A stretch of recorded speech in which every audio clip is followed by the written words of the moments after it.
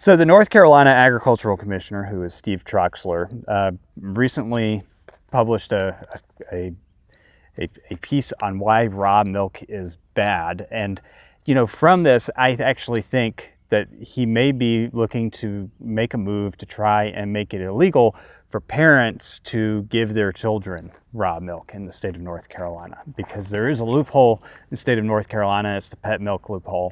And when I get into this and I read some of his statements to you, you'll see what I mean. It sounds to me like he's setting things up for them to take a more aggressive stance against raw milk. Love what you see on Yanasa TV? Get even more on Substack. If you value the real stories, opinions, and in-depth coverage we bring you here on Yanasa TV, you will love what we're doing on Substack. It's our uncensored home for investigative journalism, exclusive updates, and extended content you won't find on YouTube, including early access to stories, opinion articles, and insights into the fight for farmers and ranchers' rights.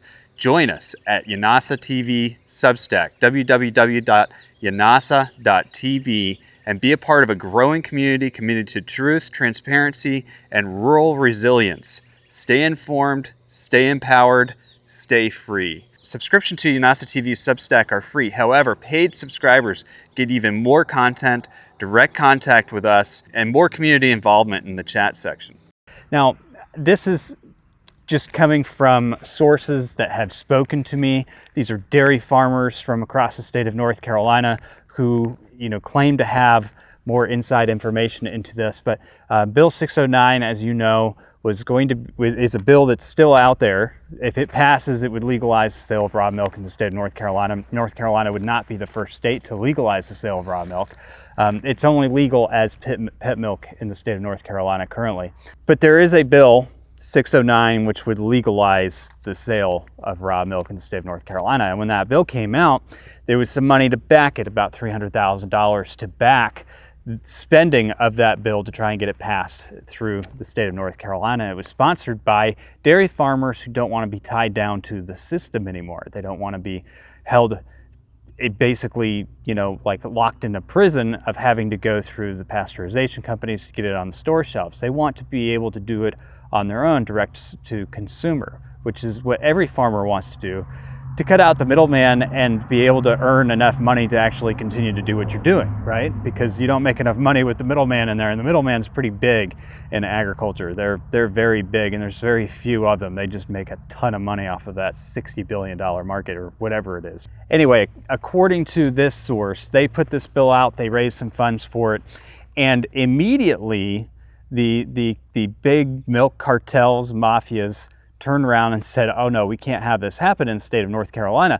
So we're going to invest millions of dollars into lobbying people like the state agricultural commissioner, lobbying state officials into making sure that raw milk is not legalized. And they went as far as in the state bill 639, which was the farm bill for the state of North Carolina, trying to make it illegal for somebody who owns a cow or owns a share of a cow to be able to drink the milk from their own animal. I mean, that's how far they went, these lobbyists and these groups went. Well, when I read this little op-ed, I thought, you know, this guy is still pushing this narrative. He hasn't figured out that nobody agrees with him on it. And half of what he's saying isn't even true. I could provide evidence to it not being true, which makes me question his authority and whether or not he should be in the position. But that's up for the voters to decide. You know, I did have an opportunity to sit down with another Republican candidate for running in that position during the last election cycle. I always have chosen not to get involved in that type of stuff, so I didn't do it, and now I'm kind of regretting it because I really don't like where this guy's going. Many of you have noticed that we keep wearing these leather patch hats that say defend the right to farm on them. These leather patch hats support our nonprofit, Meet My Neighbor Productions. You can get your hat at Yanasa Trading Co. and help us defend the right to farm through education, outreach, and, as we've been doing over the last couple of years, farm relief efforts. So get your leather patch hat and let others know that you defend the right to farm. So at the end of this video, I am going to get into a little bit of, you know, the health trade-offs, the risks, the benefits, and explain to you a little bit about what pasteurized milk is, and why there are so many people that don't want to drink it these days. And then you could go and do your own research and figure out what you want to do about it. I mean, I'm not going to tell you, yeah, it's good for you. No, it's not good for you. I'm just going to give you some of the evidence on either side so you could go and look it up for yourself. My personal perspective, it's good for you. Okay, so according to Troxler, grade A milk is one of the safest food products available because food science, kind of reminds me of the science, specifically pasteurization, has made it that way. We made milk safe to drink. It's not naturally safe to drink, according to Troxler. The development of pasteurization has proven effective in killing bacteria in milk that cause tuberculosis, Q fever, other foodborne illnesses. It kind of goes on this long list. Now, I will say that raw milk was not always that dangerous to drink. And stay tuned towards the end of this video. I'm going to play a clip from a video I made over a year ago explaining to you the pasteurization process, why it was necessary, and why it can be done correctly today. The big, I guess, wrench in all of that is the whole avian flu thing, but we'll get to that as well. But no, I mean, you have to think about, what made it unsafe in the first place in order to figure out where to get it from a safe place, or at least something better. I think everything comes with its risks, okay? If you go to the store and you buy your kids some applesauce, they could get lead poisoning because they allow lead in the cinnamon that seasons the applesauce. It's happened, okay? Everything on the store shelf these days has poisons in it. Our chicken is soaked in chlorine. Anyway, in 1938, 1938, this is where he's going. 1938, 25% of disease outbreaks due to contaminated food and water were milk related. Today, thanks to pasteurization, it is less than 1%. Of that 1%, it should be noted that 70% of today's milk related numbers are linked to raw milk. Sounds like he's doing a 1% milk commercial there, doesn't it? But if you think about it, the date that he gave there and what you're going to learn in this video, 1938, is very important. It was pretty early on in the process. People were drinking raw milk well past 1938, and it didn't all of a sudden it didn't all of a sudden start making people ill either. Troxler emphasizes that studies have repeatedly shown that raw milk is not healthier or safer than pasteurized milk, stating that numerous studies have shown that raw milk puts human health at risk. So this is actually incorrect, and I didn't actually read his statement, so I don't know if that is Fox 8 putting that out there or if it was Troxler putting that out there, but there have been numerous studies that actually do say that there are benefits to drinking raw milk. Okay, for example, the Pasture study in Europe 2011 and 2015 found that children who consumed raw farm milk in early life had significantly lower rates of asthma, allergies, and atopic dermatitis. The mechanism, they believed, were unaltered whey proteins and beneficial microbes that are diminished in the pasteurization process. Now, and this is science, this is real science, this is proven.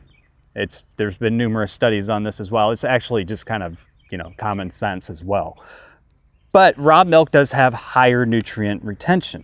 They have higher vitamin B2, vitamin C, enzymes, which actually aid in digestion. And they also contain a lot of things that help your immunity function. If you look at the immunity of people today, it's been going downhill since we've been pasteurizing milk. Raw milk contains beneficial bacteria, which helps with gut health, improved digestion, reduction of lactose intolerance. A lot of people say that raw milk is creamier and more flavorful. It is. I've had it. I can agree with that, although I don't know that that's necessarily a health benefit. There are always caveats to this and risks. According to the CDC and the FDA, there are food safety risks.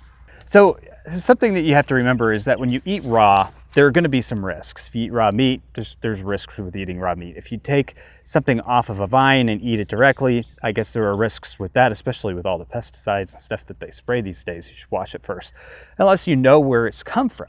That's the key, is knowing where it's come from, how it was raised, what it's been eating, and what it's been exposed to. A lot of people don't know that as consumers these days. They don't care enough to pay attention to that. They just go to the store and buy whatever's on the shelf. So by dipping it in Clorox and nuking it, till there's nothing left in there, it makes it safe for them to consume. They get needless calories.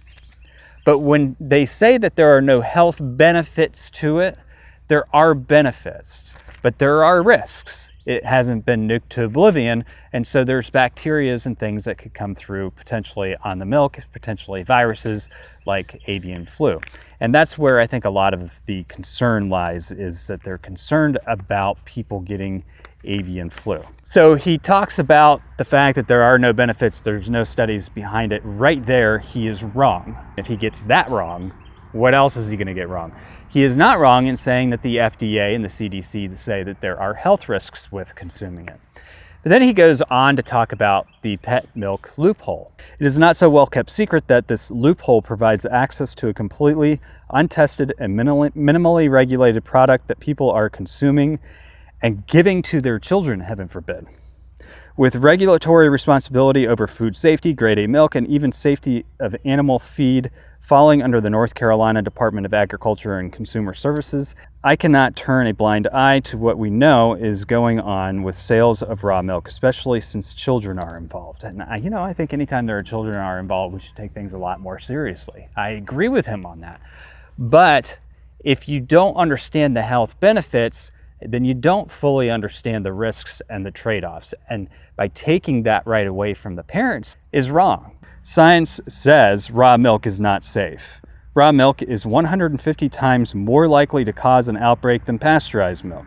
Even with our best efforts and diligent work, foodborne illness, stillbirths, and miscarriages will occur if we allow the retail sale of raw milk. He made a lot of claims there that I don't think are all factual claims as far as miscarriages and stillbirths. Troxler adds that raw milk can transmit avian influenza, commonly called bird flu. His department has documented cases of pets dying after drinking raw milk or unpasteurized milk. If there have been cases, I hope that they have reported that to the CDC, because you're supposed to report these cases to the CDC. And I follow this stuff a lot, and I have not heard of a case in the state of North Carolina that's been documented by our state agricultural department of anything or anyone getting bird flu from drinking raw milk in the state of North Carolina. I've heard of it happening in other states. So, I mean, it could happen. It could happen. It's been documented, but I don't know for sure if it's happened here in the state of North Carolina. It could have. And maybe, like I said, maybe they're just not reporting to the CDC. And of course, he says, according to the FDA and the CDC have found no meaningful difference between the nutrition found in raw milk and pasteurized milk. That is a very incorrect statement. Again, there are studies, scientific studies, that show the nutritional benefits of raw milk, not saying that it's not risky. While the agricultural commissioner says he understands that farmers might see raw milk as another avenue to make money. This is what it comes down to, is money. He says the liability is too high, as an outbreak linked to raw milk is unlikely to be covered by insurance and could create a financial burden that would significantly impact farmers. As a farmer, I have a blanket liability policy. I would suggest that everybody have one, and make sure that things like that would be covered. People consuming your raw farm products. He says, as I have looked over the data and information, the science shows me raw milk presents a significant public health risk, particularly to children, people with compromised immune systems, and the elderly, Troxler wrote. And according to European cohort studies, it actually boosts the immunity in children when drunk at a young age. Having seen the impacts of foodborne illness and being charged with food safety for humans and pets, my conscience leads me to push for changes to legislation that will protect the most vulnerable among us, our children. That is just what we need, is another government official trying to tell a parent how to parent, trying to tell us what we can or cannot do with our children. And I'm going to play the segment that I promised you, where we kind of get into a little bit about the pasteurization process, what made raw milk dangerous in the first place, and why we went to this super ultra pasteurization. And then, from that, hopefully you have some information that could lead you down a path that works for you, because I know that the benefits, there are health benefits there. I don't think we can deny that, but we also have to look at what the risks are. And if you're getting raw milk from a farm that's unclean, unsanitary. Their cows are exposed to things, or they don't know if they have bird flu. There's a whole bunch of things that could go wrong. If Steve wants to protect our children, and my wife would argue against this because I'm going to suggest that they legislate something, but if you want to protect consumers, knowing that they're going to get their hands on raw milk anyway, I mean, they can be a member of a herd share and get your hands on raw milk. What they should do is legalize raw milk in the state of North Carolina and create a system of testing. And we've seen this with Raw Farm out in California. They have the ability of doing this. It's fairly simple to do, but they could actually test the raw milk for some of these diseases and some of these bacteria, most of them, all of them really. They could test the raw milk by doing small batches and making sure that what they're putting out to the consumer doesn't have these hazards in it. It's been done before. The only reason why you wouldn't just do that, which offers more protection to people, because instead of people trying to find ways around the law, they're just going to be able to work within it because there's avenues for them to work within it. The only reason why is there's not money in that for the politicians. And I hate to say it, but I think the sources that I have talked to and what they've told me about this particular situation and how strong the lobbyists are coming out and how much money is involved, it doesn't surprise me that we see this push from the North Carolina Commissioner of Agriculture. And according to a lot of the people I have spoken to, he's at the center of it. Again, I can't trust every source, but it wouldn't surprise me. I think it's something that should be considered. It's not just there, it's with everybody in every office in every state, right? They have to have funds to run for office.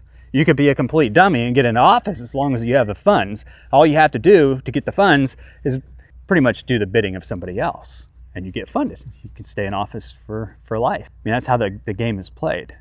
Because there's a much easier way of going about this. There's a much easier way of creating a model that allows a consumer to have consumer choice, that allows the parent to raise their kid the way they want to.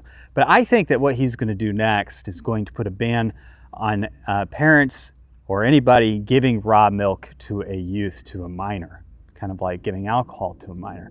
It wouldn't be that hard to do for him. It would probably be easier and more accepted than a raw milk ban, But then you could say, okay, even if you own the cow, you have cow shares in the cow, or even if you're buying it as pet milk, you cannot give that to your child. Clearly, his statements were focusing on the child. If we can't stop it here and we can't stop it there, then we're going to stop it, at the child. The one who, according to some studies, benefits the most, their immunity benefits the most. Why do you think large corporations want our children growing up with such weak immunity? I mean, think about it. I have fantastic immunity. I'm a medical marvel because I've never really been to a doctor. I've never had anything stuck in me or pricked in me. The only time I ever went to a doctor was for an x-ray. They diagnosed me with rheumatoid arthritis. It went away. I'm not saying that that's a good path for everybody at all. I'm not here to give you guys advice on that, but I would like you to get the information and encourage you to do the research on your own. Make a decision that you think is informed.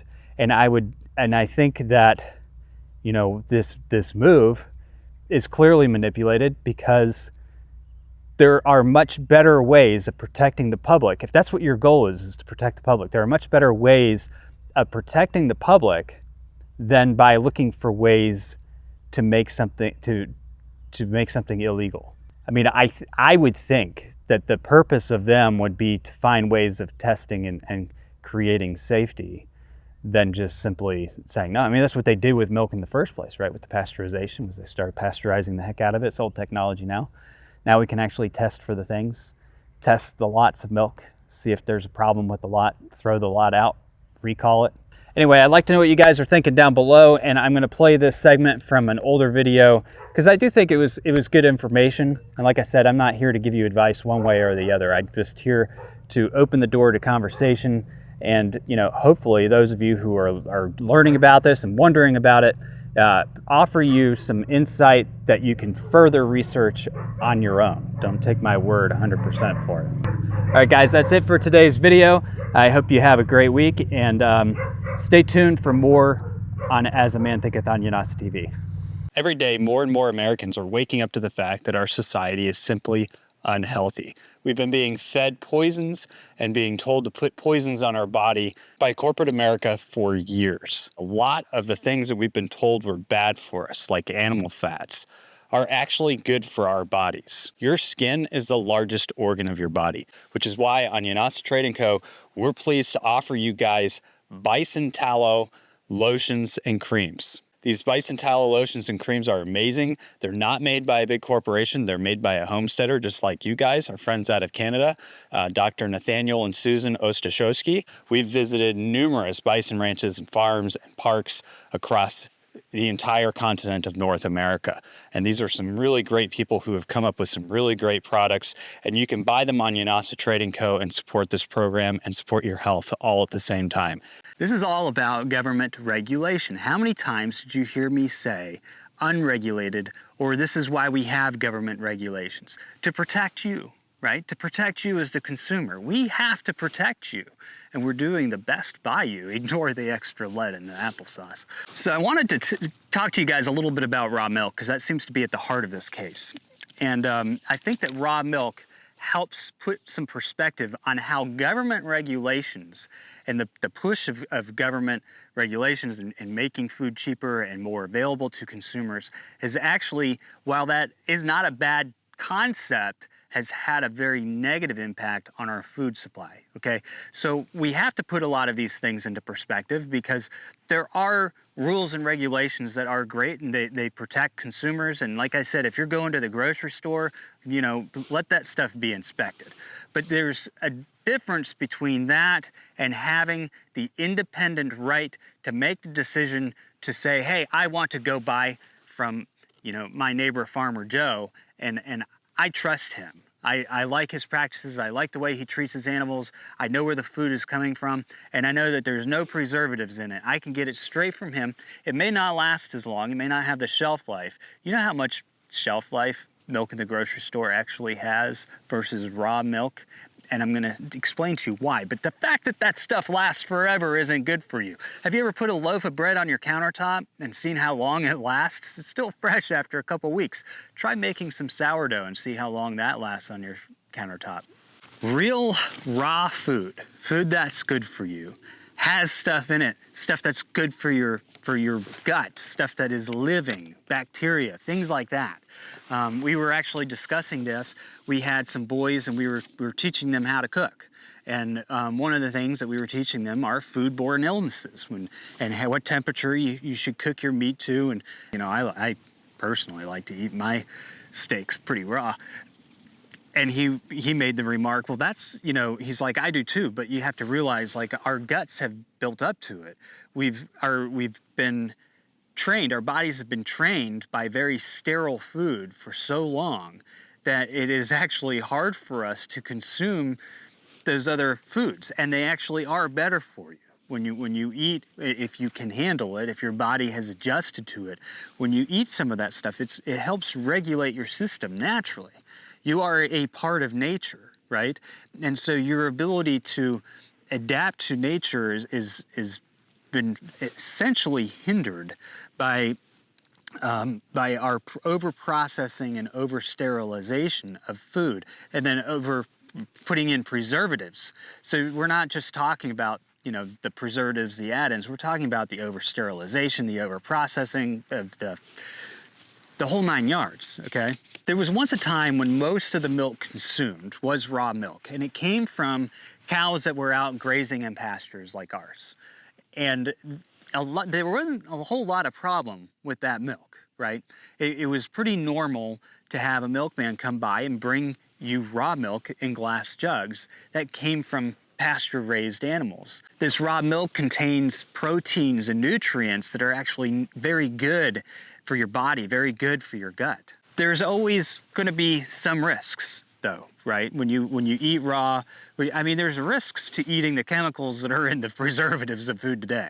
We read about those risks all the time. There's long-term death risks from a lot of that stuff, long-term cancer problems, gut disease problems, etc.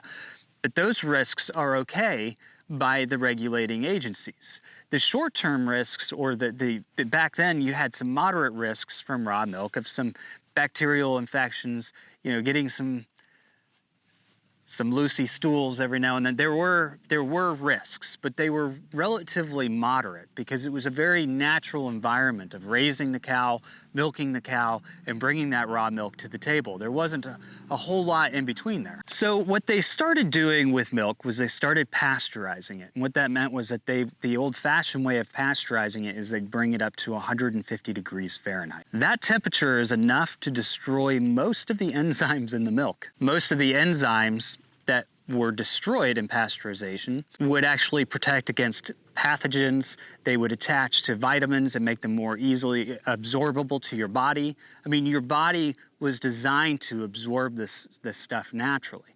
So what we started to do, just to make sure that the milk was safe, was we would heat it up to this 150 degrees, and we'd take out a lot of those benefits from pasteurized milk. High temperature pasteurization started coming in, you know, after the old-fashioned way of heating up to 150 degrees. It's also known as flash pasteurization, where they'd heat it up to 161 degrees.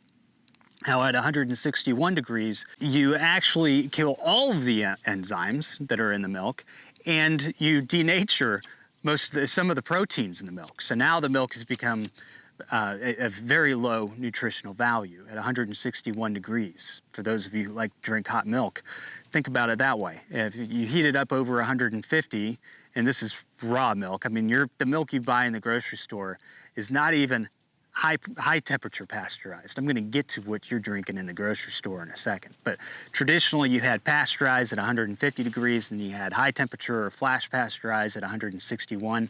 And by the time you hit 161 degrees, you kill most of the enzymes, destroy most of the proteins. You're not getting half of the benefits, or not even 3/4 of the benefits of what that milk was meant to produce to your body in the first place. Now, ultra-pasteurization is what you drink from the grocery store. What they do in ultra-pasteurization is they actually have the milk move across stainless steel plates at 284 degrees. 280. Imagine what you killed at 161 degrees. Now we're going to heat that milk up to 284 degrees. And what that does, it was designed to kill, you know, the endospores of hibernating pathogens that could come back to life in the right conditions for the milk, right? But in the process, you kill all the proteins, all the enzymes, and all the nutrients in the milk. The milk at that point is so dead, right? I mean, there's nothing in it. It's killed everything in the milk. It actually has a shelf life of an extended period of time without refrigeration. The reason why they refrigerate it in U.S.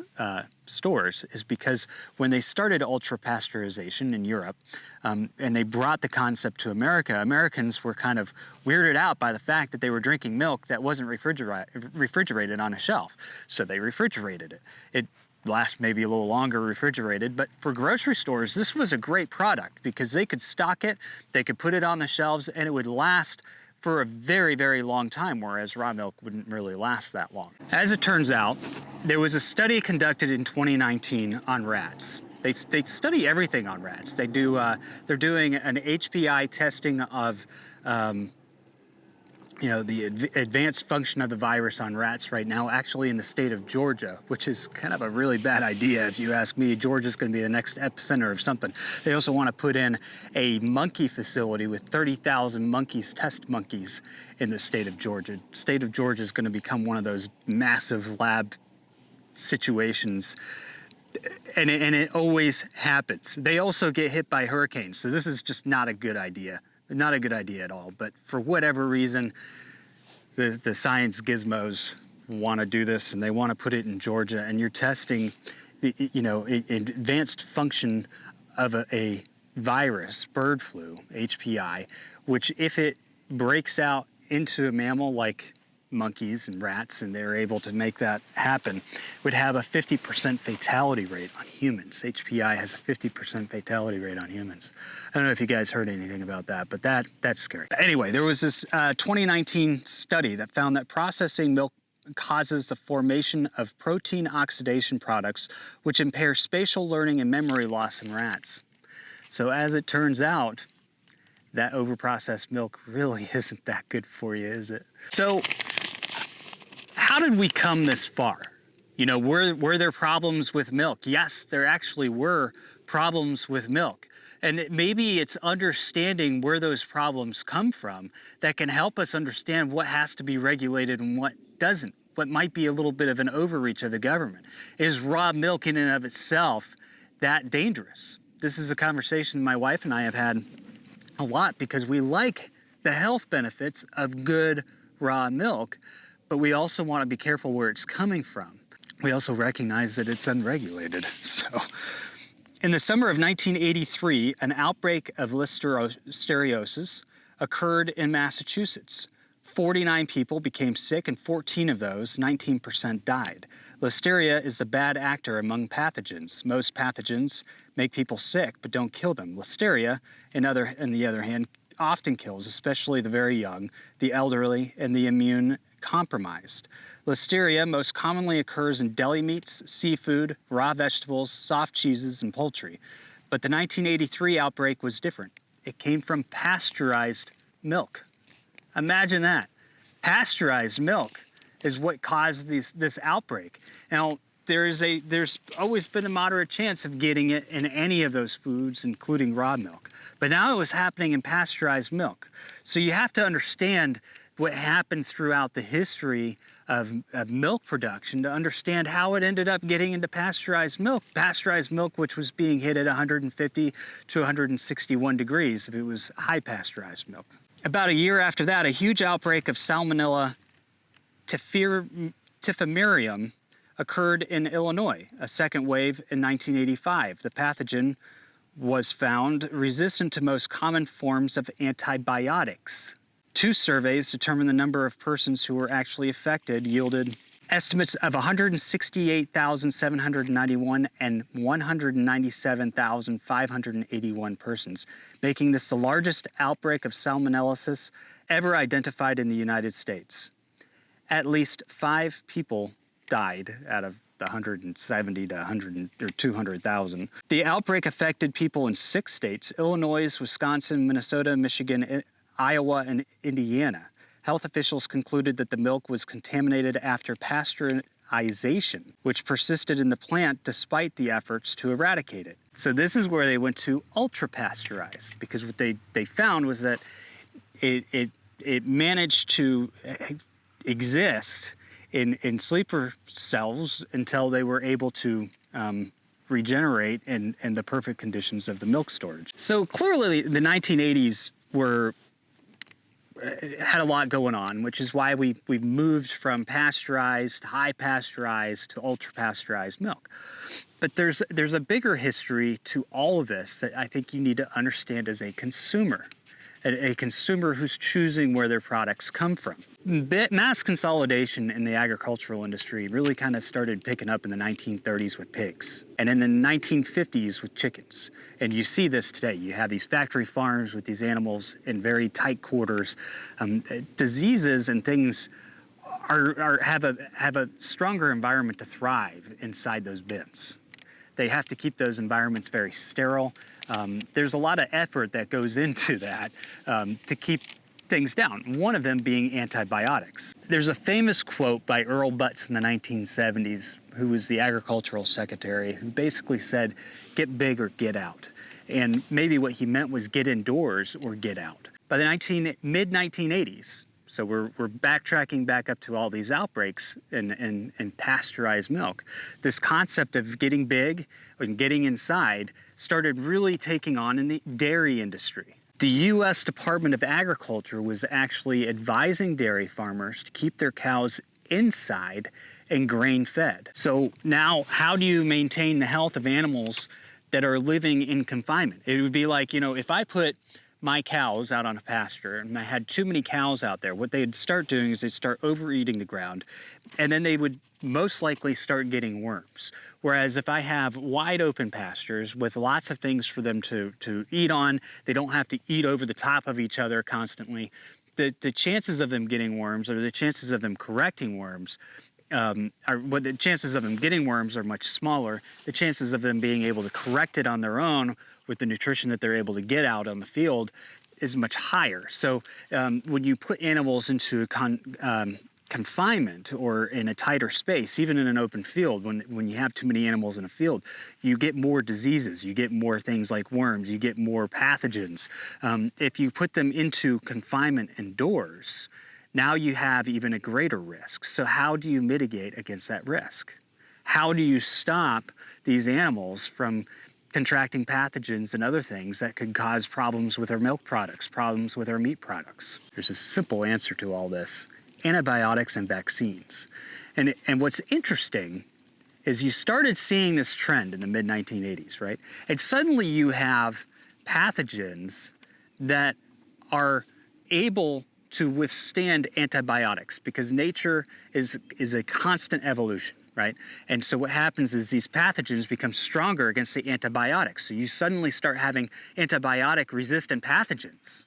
And then the only way to get rid of those pathogens is through ultra-pasteurization, of heating up the milk to 284 degrees and making sure that there is absolutely nothing in the milk of nutritional quality for even the consumer. We haven't just seen this in the dairy industry. We've seen it in the cattle industry. Cattle industry in general. We've seen it in the swine industry. We've seen it in the poultry industry. We now have these highly pathogenic bird flus that are going around that are extremely unusual. And a lot of it has to do with the fact that we keep trying to manipulate science. We keep trying to stop science from moving forward and confining these animals and putting them in situations that are simply unhealthy. So then it comes back to, how much do we have to put into these animals? How many vaccines, how many antibiotics to keep them alive, to be able to put food on the shelf the way we're doing it with this get big or get out scheme that's been going on since the 70s. And it started actually back in the 30s and 50s. Now we're talking about mRNA vaccines. I mean, and what we have seen with the antibiotics and vaccines that we've put into these animals is that it actually has an impact on the pathogens around them, which then means that it's having an impact on the entire ecosystem. It's something that just continues to grow out of this practice. And so then the question then becomes, as you as a consumer, is that what you want to be eating? Do you want to be eating this food that's been packed with all of these things? Or would you rather be eating food that has been naturally grown, food that hasn't had contact with these things, that's coming from an environment that's been free of them? Because chances are, the cleaner the environment, the cleaner the food, the safer it actually is for you. At the end of the day, these steps that have been taken through science, these steps that people have taken to try and improve our food supply system, they weren't done with bad motivations, okay? They were done to try and supply people with more affordable food. And they've reached the point where they have affordable food on shelves. Well, they used to be affordable, now it's not affordable anymore. But they were able to make food available to many, many consumers on a mass scale. But that came with a lot of costs and a lot of consequences. And the other costs and consequences of those is that we've consolidated the industry. We now have just a few major meat suppliers, a few major food suppliers who basically stock the shelves of the grocery store. If you look at the chain of all the different brands in there and who owns those brands, it could be narrowed down to just a few companies. And that comes with a significant amount of power because everybody has to eat. And so everybody is eating and feeding into those few companies and those few shareholders who then have control over the entire market. You have basically lost all sense of food sovereignty, all sense of food security. But with all of those consequences, as an informed consumer, somebody who can go out and make your own decisions for yourself, somebody who does have the right, believe it or not, You do have the constitutional right to make your own decisions on what you eat, what you put into your body, and what you barter to get it for. And if you want to barter dollars and cents for it, you should have the right to do so. Just because it's a currency regulated by the United States government doesn't mean that you shouldn't be able to go and trade that currency for something that you want. And if what you want is clean food, food that may come with some risks, but nowhere near, in my opinion, the risks and the manipulation that the food comes from in your grocery store, you should have that right to buy it. All of these things that they make you afraid of with food that you're buying in the grocery store today, the meat on the shelves, the cheeses, the milks, all of this fear that they put out there of foodborne illnesses, a lot of it was brought upon by ourselves, by our own development of the industry, by trying to improve a process and seeing our own self-destruction in it. And now that self-destruction is threatened, and so what they're doing is they're stepping out and they're threatening anybody who's offering anything that's an alternative to it, because they recognize that people are waking up to what's going on, and they recognize that the only way to stay in power and to keep the flow of money coming to their pockets instead of spreading to other sources is to shut them down, to bankrupt them, put them out of business. Ancient eras and natural selection have refined and tailored pristine fibers with the resilience for today's days. Evolving beyond the last ice age, bison wool is nature's most dependable activewear. Buffalo Wool Company, 100% proven by nature, 100% American made. Check out the Buffalo Wool Company collection at yanasatradingco.com.